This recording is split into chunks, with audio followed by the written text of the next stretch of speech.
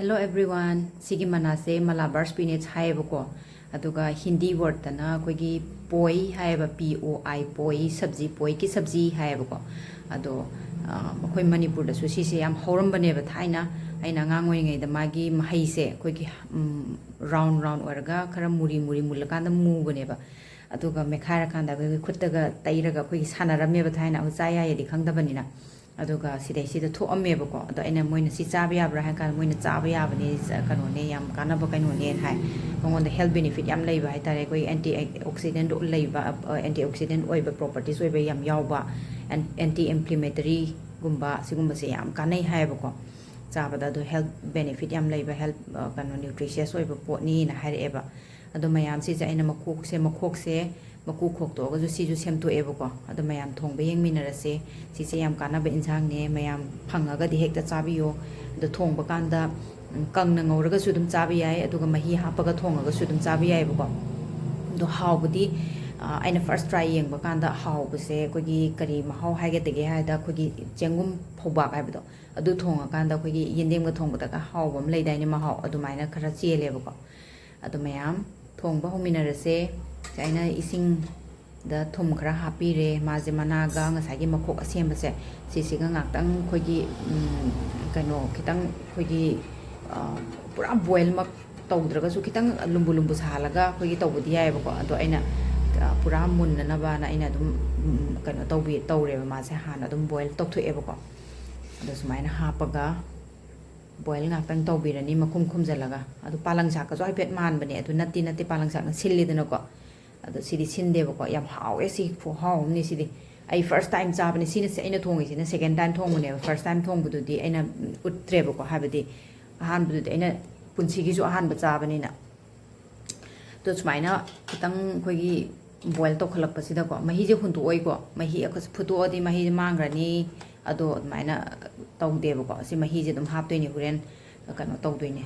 jang mahi hap kanda ko ado sumai taraga si je strain tawthoga inghallaga soiraga thamdoine bako aduga thongdoine hawi ko mayam si se thajadana do boil alu khara khoina boil tawthoga khara thamme bako khai ngasai gi mai gi gravy da hapna na ba khoigi mahi langa ga thongbo dudi hawte ba aduna thau acha thau khoigi hangam thau se khara sijinarani duga jira khara hapani ahan bada yamna maru marang kari kara du yam hapchandra su dum yade yai icham chamna dum thonga su dum haw yam lei ba si se low slice onion khara hapani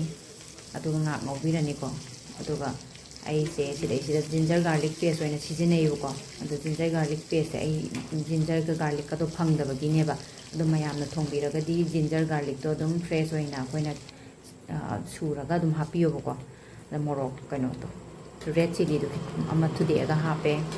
kogi ngawba kanda manam khara nungsiba morok akaba ka manamje da ina morok akaba sigi khara hapaga ngawthoe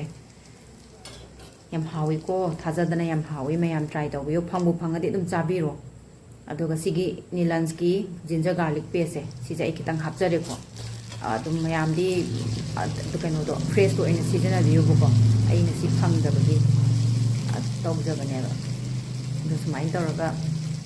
ai di kitang remote area da neba leise aduna pharak tarba leibedo adu smai taraga ngorani duga turmeric powder kitang hapirani du red chili powder kitang amag hapirani nuksi dry packet macha ka tawrija aduga ngaktang ngobirani ko adu thau ngobba kanda khogi red chili powder ga kaino ga se hapiyo ba thau ngobba kanda haldi ga se dui targa di magi texture je phajabane ba maya aduga ngasagi ekhoina alu boil toroga thambado aduda mekhai birane bako khutna oine mekhai biraga hapiro bako khanga je ngo yam pik pane ai khanga je yam nungsi bani aduga sumai toroga mekhai biraga alu jingje loi okhai binarani ngasagi ngawriba masala mayam jiga khogi alu ngawbi tat ko aduga kona ngasagi mana masing jingdo haptoine hana sumaina mix tokshan birani aduga kangna dum chabda su si se dum yam hawbane tanga kola char shari chang ka chak khoigi chaganga torga dum chabu su dum hawe mahau yam yawe ba aduga sigi ngasai koina mana phutlaga thambado ꯑꯩꯈꯣꯏꯒꯤ ꯈꯔ ꯌꯥꯝ ꯀꯨꯞꯅ ꯀꯛꯇꯕꯤꯗ ꯈꯔ ꯁꯥꯡꯇꯛ ꯀꯛꯑꯒ ꯍꯥꯞꯆꯤꯟꯕꯤꯔꯅꯤ ꯑꯗꯨꯒ ꯄꯨꯂꯞ mix ꯇꯧꯔꯒ ꯑꯗꯨꯝ ꯁꯤꯗꯩꯁꯤꯗ ꯒꯔꯝ ꯃꯁꯥꯂꯥꯒꯨꯝꯕ ꯈꯔ ꯍꯥꯞꯆꯤꯜꯂꯒ ꯐꯗꯤꯒꯣꯝꯒꯨꯝꯕ ꯍꯥꯞꯆꯤꯜꯂꯒ ꯑꯗꯨꯝ ꯁꯤꯁꯦ ꯇꯟꯒ ꯆꯥꯔꯁꯨ ꯌꯥꯔꯦ ꯆꯥꯛꯀ ꯆꯒꯪꯒ ꯆꯥꯔꯁꯨ ꯌꯥꯔꯦ ꯁꯨꯃꯥꯏꯅ ꯑꯗꯨꯝ ꯆꯥꯔꯁꯨ ꯑꯗꯨꯝ ꯌꯥꯔꯕꯅꯦꯕꯀꯣ ꯑꯗꯩꯗ ꯑꯩꯈꯣꯏꯅ ꯆꯥꯛꯀ ꯆꯥꯕꯅꯤꯅ ꯏꯟꯁꯥꯡ ꯑꯩꯈꯣꯏꯒꯤ ꯃꯤꯇꯩꯗꯤ ꯆꯥꯛ ꯆꯥꯕꯁꯦ ꯑꯗꯨꯝ ꯏꯟꯁꯥꯡ ꯃꯍꯤ ꯌꯥꯎꯗꯗꯤ ꯄꯨꯛꯁꯦ ꯊꯟꯖꯗꯦꯕꯀꯣ ꯑꯗꯨꯗꯨꯅ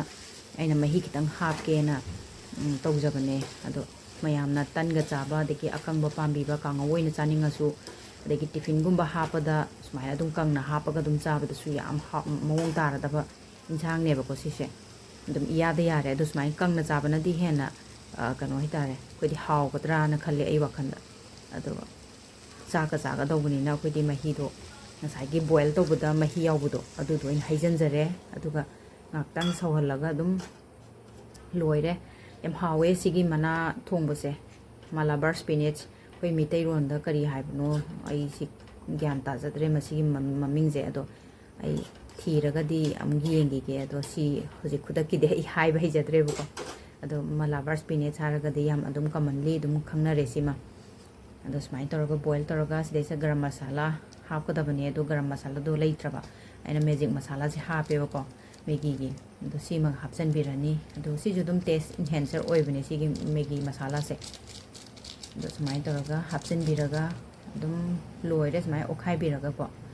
ꯑꯗꯨꯒ ꯑꯩꯅ ꯂꯩꯔꯤꯕ ꯃꯐꯝꯁꯤꯗꯗꯤ ꯑꯩꯈꯣꯏꯒꯤ ꯐꯗꯤꯒꯣꯝꯒꯁꯦ ꯌꯥꯝꯅ ꯇꯥꯡꯉꯦ ꯐꯪꯗꯦꯕ ꯌꯥꯝ ꯔꯤꯃꯣꯠ ꯑꯣꯏꯕ ꯑꯦꯔꯤꯌꯥꯅꯦꯕ ꯑꯗꯨꯗꯨꯅ ꯄꯣꯠ ꯆꯩꯁꯦ ꯌꯥꯝꯅ ꯅꯥꯇꯩ ꯆꯥꯗꯅ ꯐꯪꯕꯅꯤꯅ ꯑꯩ ꯌꯥꯝꯅ ꯏꯟꯒ꯭ꯔꯤꯗꯤꯌꯦꯟꯁꯇꯣ ꯍꯥꯏꯕ ꯉꯝꯖꯗ꯭ꯔꯦꯕꯀꯣ ꯑꯗꯣ ꯃꯌꯥꯝ ꯑꯩꯒꯤ ꯚꯤꯗꯤꯑꯣꯁꯦ like share comment and subscribe ꯇꯧꯕꯤꯔꯝꯃꯣ ꯁꯕꯁꯀ꯭ꯔꯥꯏꯞ ꯇꯧꯗꯕ ꯌꯥꯎꯕꯤꯔꯒꯗꯤ ꯌꯦꯡꯕꯤꯔꯤꯕꯁꯤꯡꯁꯤꯅ ꯑꯩꯕꯨ ꯁꯞꯄꯣꯔꯠ ꯇꯧꯕꯤꯕ ꯑꯣꯏꯅ ꯑꯗꯨꯒ ꯑꯩꯁꯦ ꯌꯥꯝ ꯍꯥꯏꯕ ꯈꯣꯠꯄ ꯑꯗꯨꯒꯗꯤ ꯍꯩꯖꯗꯦꯕꯀꯣ ꯑꯗꯣ ꯃꯌꯥꯝ ꯇꯧꯁꯤꯟꯕꯤꯔꯝꯃꯣ thank you for watching my video